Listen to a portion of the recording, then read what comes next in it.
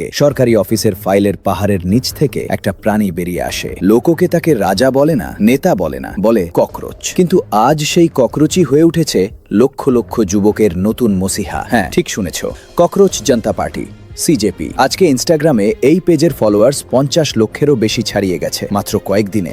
এটা কোনো সাধারণ পার্টি নয় ভাই, এটা যুবকদের চলন্ত রাগ, হতাশা আর তীব্র ব্যঙ্গের আগুন। চলো আজ পুরো ঘটনাটা খুলে বলি। 16 মে সুপ্রিম কোর্টের চিফ জাস্টিস সূর্যকান্ত একটা মন্তব্য করলেন। বললেন, যারা ফেক ডিগ্রি নিয়ে আইন আর মিডিয়ার মতো পেশায় ঢুকছে তারা ককরোচের মতো। পরে তিনি ক্ল্যারিফাই করলেন যে বেকার যুবকদের কথা বলেননি, কিন্তু ততক্ষণে আগুন ছড়িয়ে গেছে সারা দেশে।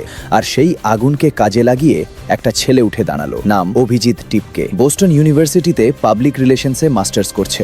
আগে আপের সোশ্যাল মিডিয়া টিমে ভলেন্টিয়ার ছিল। সে সোশ্যাল মিডিয়ায় ডাক দিল, ককরোচ জনতা পার্টি এ জয়েন করুন। এটা কোনো ভোটে লড়ার পার্টি না, এটা একটা স্যাটায়ারিক্যাল পলিটিক্যাল আউটফিট, রাগ প্রকাশের মঞ্চ, প্রতিবাদের হাতিয়ার। এই পার্টিতে জয়েন করার যোগ্যতা শুনলে তোমার হাসি পাবে, আবার রাগও হবে। প্রথম যোগ্যতা, তুমি বেকার হতে হবে। দ্বিতীয়, আলস্যে ডোলে পড়ে থাকতে হবে, কিছু না করে শুয়ে বসে থাকতে হবে। তৃতীয়, অনলাইনে 24 ঘন্টা আটকে থাকার লত থাকতে হবে। চতুর্থ, প্রফেশনালি, সুন্দর করে, তীক্ষ্ণভাবে নিজের ভেতরের ভড়াস বের করার ক্ষমতা থাকতে হবে। অভিজিৎ স্পষ্ট বলেছে, এটা সিজেআইয়ের বক্তব্যের বিরুদ্ধে যুব সমাজের প্রতিবাদ। ভারতের মতো গণতন্ত্রে যদি সুপ্রিম কোর্টের প্রধান বিচারপতি যুবকদের ককরোচ বলেন, তাহলে আমরা সেই পরিচয়টাই গ্রহণ করব।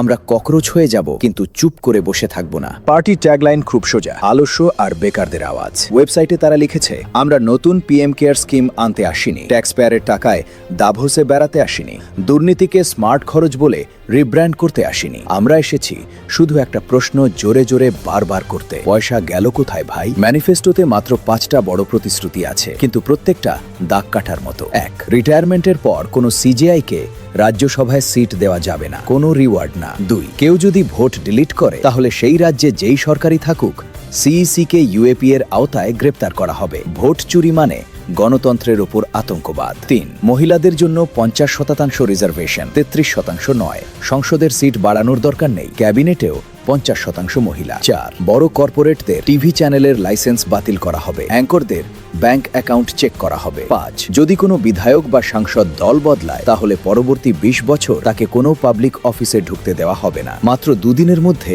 অভিজিৎ দাবি করেছে 50,000-এরও বেশি মানুষ জয়েন করেছে। আর আজ ইনস্টাগ্রামে 50 লক্ষের বেশি ফলোয়ার। সে বলছে, আমরা ধর্মনিরপেক্ষ, সমাজবাদী, জাতিবিরোধী। আমাদের আদর্শ গান্ধী, আম্বেদকর আর নেহরু। আজকের যুবকরা সিস্টেমের উপর ভরসা হারিয়ে ফেলছে। সিস্টেম তাদের দেখছে না, শুনছে না, গিনছে না।